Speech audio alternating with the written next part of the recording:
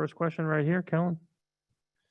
Hey, Book, good to see you. First of all, we saw the shooting game back. It's been a while since we've been to practice itself. Jay got you at the end there, didn't he? Yeah, that's overtime for us. Once you start shooting from half court, he got me. He got me. He got you. I wanted to ask you about playing against Drew. He's someone you'll spend time with on both ends of the court in this series. Just your impressions of his game and that matchup you've gotten over the years against him. He's a competitor at the highest level, and you're understanding you're getting that. So you have to be on your P's and Q's, and I've been watching him in the previous series and who he's matched up with, and he's guarding those primetime guys. So, I'm sure I'll see him out there, but, you have to be locked in when you're playing against him for sure. Sean, over on your right. Since you're the elder statesman of this franchise, I use that word with you. Can you give us an idea what the people here think about the Suns and also your chances of winning a championship, the fans? What they think about the Suns? Yes. I think it's the baby here. It's the only professional team that has Phoenix in it. Every other team's Arizona. So Phoenix Suns is the baby franchise here, and they love it with a passion. And, I'm wearing the shirt from '93 right now. I think it started around that time to when, they developed that. You hear people talk about, I remember when I watched Charles and them. Like, you hear those stories at all times, and seeing the passion in their eyes when they're telling the stories, and even being at the bottom of the barrel for the past 5 years and them still showing up and showing love, shows that same type of love that they have for this team. You have any examples of maybe the last couple of weeks when you've had interactions with people, any stories to tell about how excited they are? Not really. I haven't been around too many people. I've just been in the house for real. So I've been laying low. Over here. Hey, Book, you and Chris have joked in recent days about how when you used to play against each other that you would practically almost fight on the court just because you're both so competitive. Is there an example or a moment that when you think about that, that comes to mind, like during a game early on in your career where that competitiveness really came out between the two of you? I used to try to bring him to the post every time he'd switch on me. So, while you're walking down there to the post, he'd be like, "It's not good. I'm not going for that. I'm not going for that today." And we actually went back on, an app that you can check every shot that you've matched up against somebody last year. And I scored on him a couple of times, and he stopped me a couple of times. So we just stopped that conversation, that narrative. But we also got into it the first day here, when we had our first practice as a team. We were doing a 3-on-3 drill. And, it's kind of the survival of the fittest mindset. I don't think it's really about the throw hands, but the closest thing you can do that without doing it. Sure. And then just sort of follow up on that too. I know you spend a lot of time watching games with him as well. Mm-hmm. Just what is it like? What do you get by watching maybe another game with Chris that is different than maybe when you're practicing with him on the floor, you're on the floor with him? What do you learn from him by just watching a game with him? The attention to detail. And I feel it too ever since I got to the NBA. You watch games a different way than you did growing up. You're not watching for entertainment anymore. You're scouting the whole time you're watching. So it might be a simple play. Somebody might have scored on this possession over here. He'll sit back, he'll rewind it.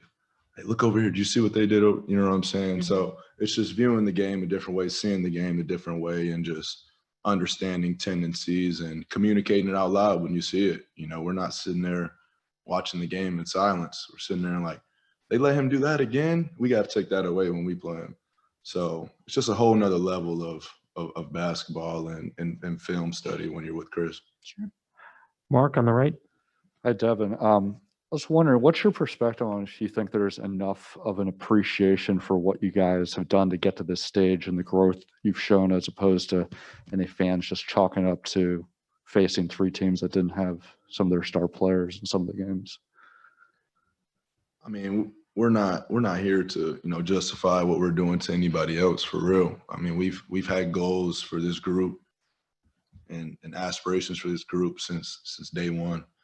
And, we keep those in home for that reason. And we compete against each other, and we're on the constant pursuit to get better every day. And even during the regular season, a simple play might go by and we stress it. This can't happen. I know it doesn't matter right now, but later down the line, it can come back and get you, and we don't want that to happen. So just a focus for everybody, to be locked in from top to bottom, not just the guys that are getting major minutes right now, 1 through 15, 16, with the coaching staff, just locked in at all levels, preparing for this opportunity right here. Melissa here in the front, then we'll go to Zoom. Hey, Book. Obviously, at this time of the year, everybody tightens up, everybody's focus increases. But have you noticed a distinct difference in Chris right now? He's always locked in, to be completely honest. I'm sure he might be feeling a different way in his first appearance here, but he's not going to show us no frantic movement or any nervous. I think he's prepared for this, and it's more of I've been waiting this long, preparing for this moment right here, and it's right in front of us. So he's not walking a different way, he's not talking a different way, but there's an understanding between all of us on what time it is and what we have to accomplish. Palmer on Zoom. We're going to go to Jamal Spencer with ABC 13 in Grand Rapids, Michigan. Grand Rapids? Yeah, Okay. Grand Rapids. I know it's been a minute, Talk so about- wanted to ask you, Devin, if you had, thought about what ways West Michigan helped shape your passion and your love for the game. That's where it all started. Dang,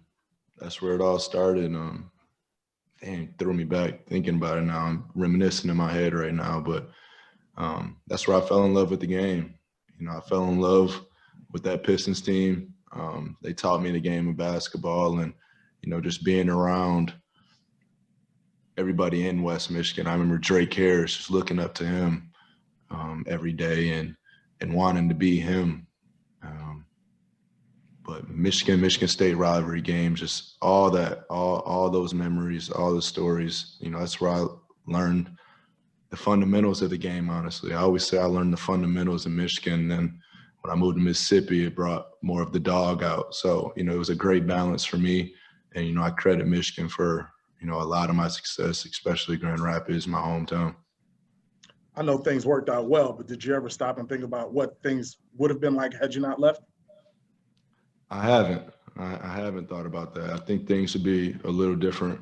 Obviously, I think you learn by living through experiences, and, I would have lived a totally different lifestyle if I stayed in Michigan. But, I love Michigan, and I go back there in the summertime, and I spend a lot of time out there. And me and my friends were just talking about for the 4th. We're like, any other place you would rather be if you were in the finals, and then be on Lake Michigan probably. But Milwaukee's on the other side of it, so we'll be going up there soon. Next, we're going to go to Cameron Cox with 12 News. Hey, Book. Hope all is well.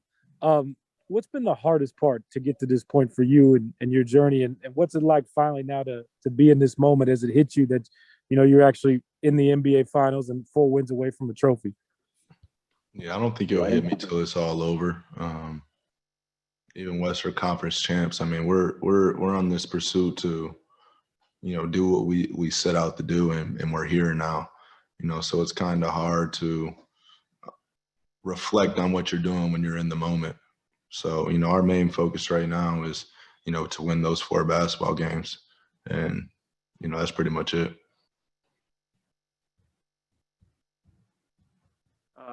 Let's go right here, Eric. Over here. Hey.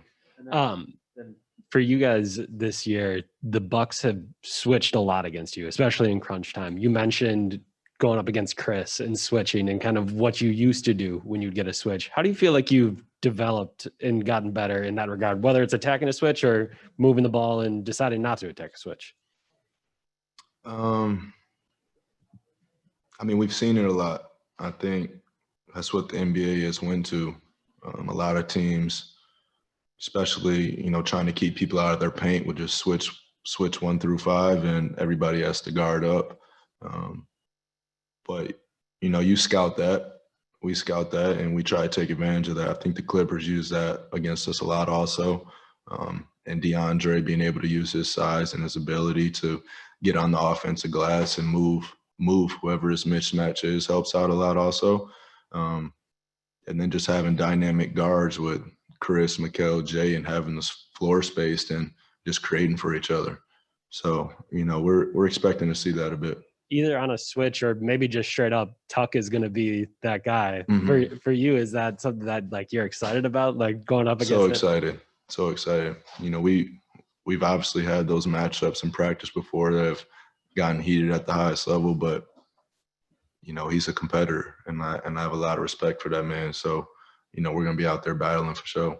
Did you have the scoreboard like you did with Chris at all? Like who Me, came out? yeah, me and Tux was a lot worse than me and Chris's. So yeah, me and Chris, we talked a lot. Me and Tuck, we bumped into each other a little bit. Dan, last question. Devin, heading into this playoffs, there's a lot of discussion kind of about this team's lack of experience and if that would show up at some point. And I think game 3 against the Lakers, you get ejected, Jay gets ejected. Maybe it looks like composure is starting to go away. How did you guys kind of level it in that moment? And do you view that as like a really important experience for this team in this postseason run? Yeah. I mean, we took a long road trip at the end of the season that even through that game, I think we went like 3-2 on the road trip. It was 5 games. It was like Philly, Boston. Forgot it was a loaded lineup and they were all competitive games. And we were like, this is how it's going to be at some level. Then we experienced the Lakers series and we're like, I'm glad we went through that. I'm glad we had those 2 losses because you learn so much in that time. Obviously, you never want to lose, but you know, the level of focus that we bring back into the arena in the gym the next day, it's not more talking about it. It's like a demeanor and an energy that you can feel throughout everybody. And having gone through that experience, you know, shaped us for the next series in Denver and then seeing the Clippers and dropping 2 games to them also. So just understanding that it's a series and it's a long series and you're going to have to play. You're going to have to play hard, win, lose, or draw. You know, somebody said it before the playoffs started, like when you win a game, you feel like you can't lose again. When you lose, you feel like you can't win again. And that's the playoffs where people get too high, people get too low. You hearing everybody talking from every different angle, but you know, you have to understand where you're trying to go and what we're trying to do. Thank you, Devin. Appreciate y'all.